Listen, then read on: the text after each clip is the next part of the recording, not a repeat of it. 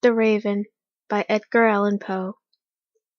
Once upon a midnight dreary, while I pondered, weak and weary, over many a quaint and curious volume of forgotten lore, while I nodded, nearly napping, suddenly there came a tapping, as of some one gently rapping at my chamber door. "This some visitor," I muttered, tapping at my chamber door. This, and only this, and nothing more. Ah, distantly I remember it was in the bleak December, and each separate dying ember wrought lit its ghost upon the floor. Eagerly I wished the morrow, vainly I had sought to borrow from my books surcease of sorrow for the lost Lenore, for the rare and radiant maiden whom the angels name Lenore, nameless here forevermore. In the silk and uncertain rustling of each purple curtain thrilled me, filled me with fantastic terrors never felt before, so that now, to still the beating of my heart, I stood repeating, "'Tis some visitor entering, entranced at my chamber door, some late visitor entering entranced at my chamber door. This is this, and nothing more." Presently my soul grew stronger, hesitating then no longer. "Sir," I said, "or madam, truly your forgiveness I implore, but the fact is I was napping, and so genially you came tapping, and so faintly you came tapping at my chamber door. Then I scarce was sure I heard you. Here I opened wide the door. Darkness there, and nevermore." Deep into that darkness peering, long I stood there wondering, fearing, doubting, dreaming dreams no mortal ever dared to dream before. But the alliance was unbroken, and the stillness gave no token, and the only word there spoken was a whispered word, "Lenore." This I whispered, and no echo murmured back the word, "Lenore." Merely this, and nothing more. Back into the chamber turning, all my soul within me burning, soon again I heard a tapping, something louder than before. "Surely," I said, "surely this is something at my window latent. Let me see then, what the thread in this mystery explore. Let my heart be still a moment, in this mystery explore.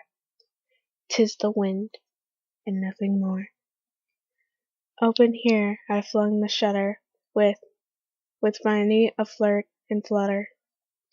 In there stepped a stately raven of the manly days of yore. Not the least obedience made he, not a minute stopped or stayed he, but, with a mien of lord or lady, perched above my chamber door. Perched upon a bust of Pallas just above my chamber door. Perched, and sat, and nothing more. Then this ebony bird, beguiling my sad fancy into smiling, by the grave and stern decorum of the countenance it wore, "Though thy crest be a horn and a shaven thou," I said, "art sure no craven, ghastly grim and ancient raven, wandering from the nightly shore. Tell me why thy lordly name is on the night's Plutonian shore." Quoth the raven, "Nevermore." Much I marvelled this ungainly fowl to hear it discourse so plainly, though 'tis an answer little meaning, little reverently bore. For we cannot help agreeing that no living human being ever yet was blessed with seeing bird above his chamber door. Bird or beast upon the sculptured bust above his chamber door, with such a name as Nevermore. But the raven, sitting lonely of that placid bust, spoke only that one word, as if his soul in that one word he did uptore. Nothing farther he had uttered, not a feather then he fluttered, till I scarcely more than muttered, "Other friends have flown before. On the morrow he will leave me as the hopes have flown before." Then the bird said, "Nevermore." Startled at the stillness broke by reply no aptly spoken. Doubtless, I said, what it utters is only stock and store, caught from some unhappy master, whose unmerciful disaster followed fast and followed faster, till his songs one burden bore. Till the digress of his hopes and melancholy burden bore of never, nevermore. But the raven still begulling all my sad soul into smiling, straight I wheeled a cushioned seat in front of a bird and bussed the door. Then upon the velvet sinking, I betook myself to linking fancy unto fancy, thinking what this ominous bird of yore, but this grim, ungainly, ghastly, gaunt, and ominous bird of yore, meant in choking nevermore. This I sat engaged in guessing, but no syllable expressing, to the fowl whose fiery eyes now burned into my bosom's core. This and more I sat diving, with my head at the ease reclining, on the cushion's velvet lining, that the lamplight gloated o'er, but whose velvet violet lining in the lamplight gloating yore, she shall press, ah, nevermore!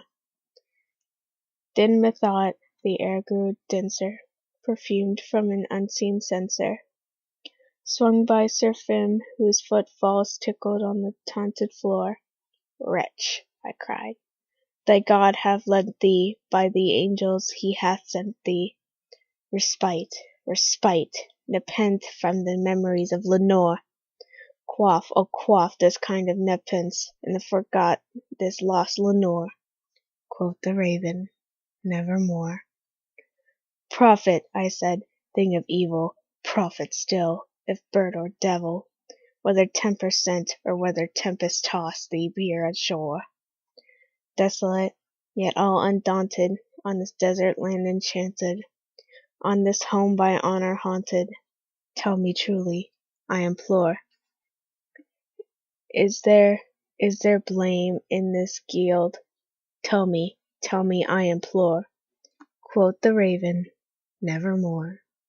Prophet, and I, thing of evil, prophet still, if bird or devil, by the heaven that bends above us, by the God that we both adore, tell the soul a sorrow laden if, within the destined Adian, I shall clasp a sainted maiden whom's the angels name Lenore, clasp a rare radiant maiden whose the angels name's Lenore.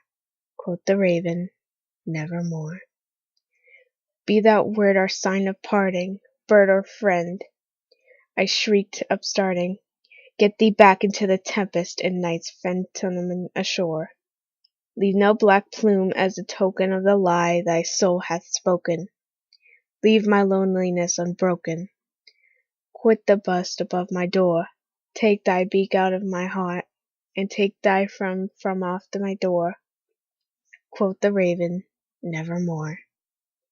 And the raven, never fitting, still is sitting, still is sittling, on the piled bust of Pallas, just above my chamber door.